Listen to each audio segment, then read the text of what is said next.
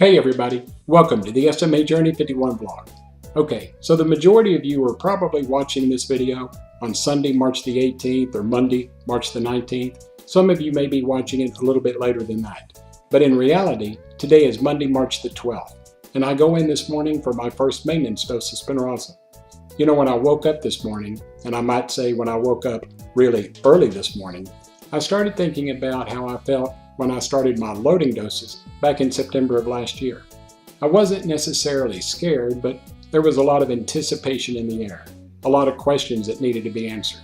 What was the procedure going to be like? What were they going to do to me? How was the procedure going to go? Was it going to be painful? You know, we had heard from a few people that, you know, it really wasn't a pleasant experience to go through.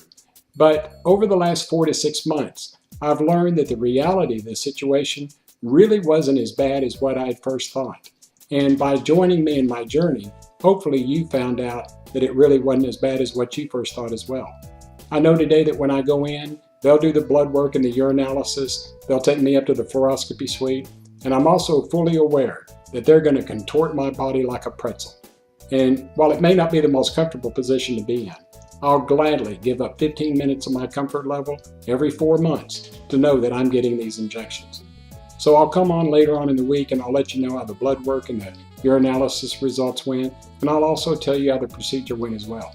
But I also wanted to just take a moment to say thank you for not only joining me and subscribing to my channel, but also being a part of my journey. And I'm hoping that over the last 4 to 6 months as we've gone through it together, that I've answered some of your questions as well. I've received a ton of emails, and while some of you have sent me comments below the video, I've received more emails over the last 4 to 6 months than I had first anticipated. And you've sent me letters of encouragement and a lot of really good questions that I'm hoping that I've been able to answer for you that has maybe made your journey just a little bit better too. All right, so I'm anticipating a fantastic week, and I hope you have a fantastic week as well. Let's get started. Lord, as I go in for my first maintenance treatment, bless me the way you did during my loading dose treatments. Please give the doctor skilled hands and give me the grace and wisdom to accept whatever outcome you see fit to bestow upon me. Success is not determined by the strength in my muscles. Rather, it's determined by the strength of the love in my heart for your continued guidance. Remaining positive is a difficult thing to do at certain times in your life, and my fears and concerns are in no way questioning your divine power. I still praise your name, and I thank you even for the difficult times, because I know that these are the moments in my life where you bless me even more. As I go through my procedure, Lord, watch over my family and friends that are with me, and for those who are supporting me from around the world. Let my treatment be an example of your immense power and love for each of us.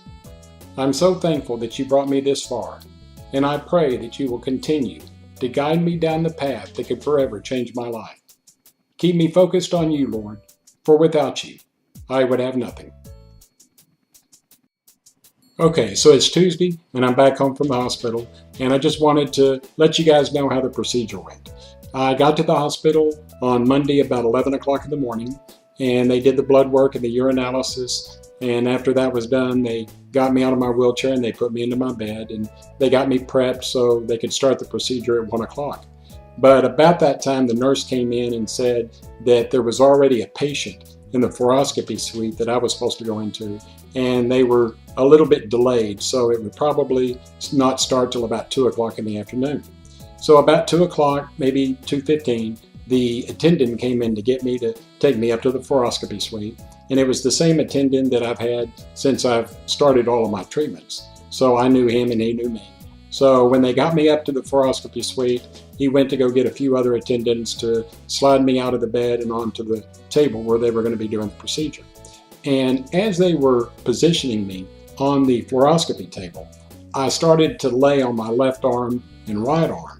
And I told the attendant, I said, if I lay on my arms too much, my hands and my fingers tend to go numb. So the attendant slid his arm under my chest and lifted the upper part of my body up to where the other attendants could reposition my arms so I wouldn't be laying on them.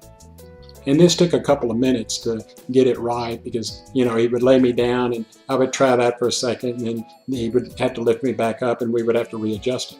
But when they got done, making all the adjustments, I was able to lay on the table while the procedure was taking place. Now this morning, I will tell you that my upper chest, especially my right pectoral muscle, is extremely sore. And I think the lesson learned was that next time, instead of him sliding his arm under my chest, I'm going to have him lift my shoulders up with his hands. That way I'm not going to be putting all the pressure on that muscle. So even though I'm pretty sore this morning, that soreness will go away in a couple of days. So I'm not really concerned about it.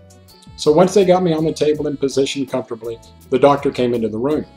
Now the doctor that has been doing all of my procedures in the past was not the doctor that came into the room. My doctor was out at Zell Lipsche, which is one of the sister hospitals to UT Southwestern. UT Southwestern purchased Zell Lipsche many years ago. So he was out at the other hospital. So Dr. Scott was the one that was going to be doing my procedure. And I had never had Dr. Scott do any of my procedures. So he sat and talked with me for a minute. Real nice guy, extremely knowledgeable about how the procedure was going to go. And I believe some of you that go to UT Southwestern may have Dr. Scott as the one doing your procedures. So after we talked, I felt real comfortable with him doing it. And so his student doctor, the doctor that was with him. Now, for those of you that don't know, UT Southwestern is a teaching hospital. So all the doctors had student doctors with him. And so he let the student doctor numb my back with the lidocaine. Now, one of the things that happened was while he was numbing my back, apparently the student doctor didn't screw the syringe in all the way, and the lidocaine spewed out over all of us. And we all got pretty wet. And when that happened, I began laughing. And Dr. Scott asked me, he said, "What's so funny?" And I asked him, I said, "I don't know how old you are, but do you remember the Carol Burnett show?" And after about 5 seconds, he began laughing. And he said, "Are you thinking about that skit with Tim Conway and Harvey Korman?" Now, for those of you that don't know what I'm talking about, the Carol Burnett show was in the early 70s. And Tim Conway and Harvey Korman were two of the comedians that were on the show. And Tim Conway plays a dentist, and Harvey Korman is his patient. And Tim Conway is going to numb the inside of Harvey Korman's mouth with either lidocaine or Novocaine. I believe it's Novocaine. But as he's trying this, Tim Conway shoots himself in the hand and in the leg with the sedative. And you'll just have to watch the skit to fully understand what I mean. I did link a copy of this skit in the description of the video. So after you finish watching my video, go down and watch that. I think you'll fully understand why we got a good laugh out of it. So once my back was numb, Dr. Scott began the procedure. He put the needle in my back and went into the central nervous system. Now, another funny thing that happened was that as he was going into the central nervous system, I felt a pretty sharp pain in my left foot, and it traveled up my leg and settled in all places on my left butt cheek. Yeah, I said my left butt cheek. And so I asked the doctor, I said, "Dr. Scott, I'm not trying to be fresh, but I said, are you holding my left butt cheek in your hand?" And he began laughing, and the nurses that were in the room just busted out laughing. And he said, "No, that's probably because he accidentally touched that nerve." But he said, "That'll go away here in just a little while." And it did. So as he was withdrawing the 5 cc's of the cerebral spinal fluid, or the CSF, out, he did notice that there was some blood in it, but he told me that was probably because he touched that nerve. So he said, "Don't really worry about it, everything should be fine." And as he was withdrawing the CSF out, the blood became less and less. So again, it wasn't really a concern that anybody needed to be worried about. So once he got the 5 cc's of the CSF out, he put 5 cc's of the Spinraza in me. And after that, he withdrew the needle, put a Band-Aid on my back, shook my hand, and they put me back in bed and took me back to my room. Once back in my room, I laid on my back for about an hour, then I was allowed to go home. So, I've been really lucky that I've had really good staff members, both doctors and nurses, out at UT Southwestern. And if you're going out to UT Southwestern for your procedures, I hope your staff is as good as the ones that I've experienced, because it's really been a pleasure to go out there. So anyway, everything went well. Like I said, the only soreness that I have is in my chest, and that should go away here in a couple of days. I will be receiving the test results from my blood work and my urinalysis, and when I get those results, I'll finish updating this video. So until then, thanks.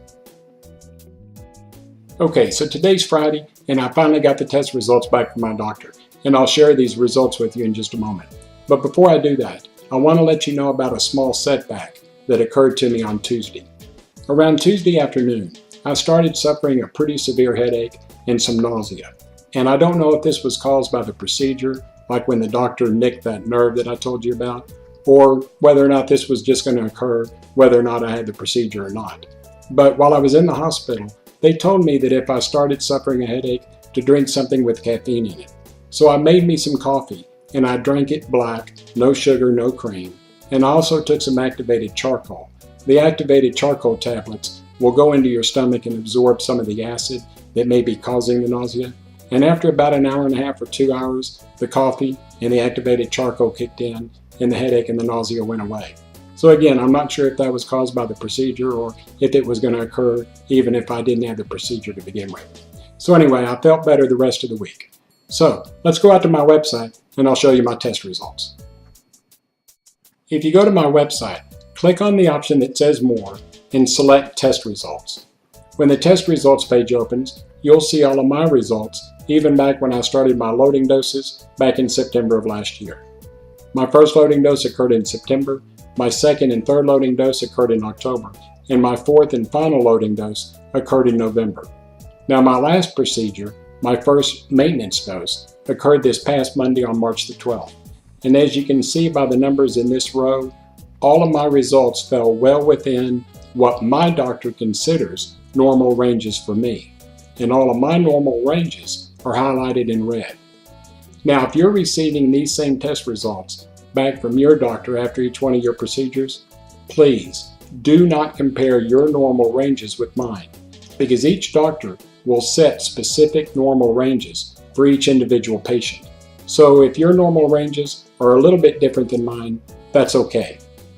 Now let's do a quick recap as to why our doctors order these tests and what each test tells our doctors. This first test, which is the partial thromboplastin time, or PTT test, here in column number 1, this detects coagulation disorders within the blood itself. It's also there to ensure that we as patients are not at any kind of a risk at hemorrhaging during the procedure. Now the second and the third test, which is the prothrombin time PT test, here in the second column, and the prothrombin INR PT-INR test, here in the third column, these measure not only how long it takes, but the speed at which the blood will begin to clot. Then the fourth test is the total protein random urine.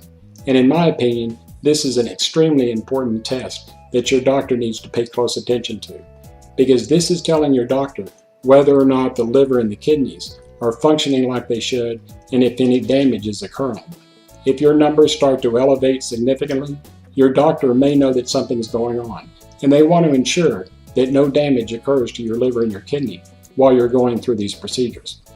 Then the fifth test, located here in the fifth column, is your platelet count. And this is there to ensure that the proper number of red blood cells are present for clotting to take place. Okay, so I hope everybody enjoyed the video this week and all of the information that I shared with you.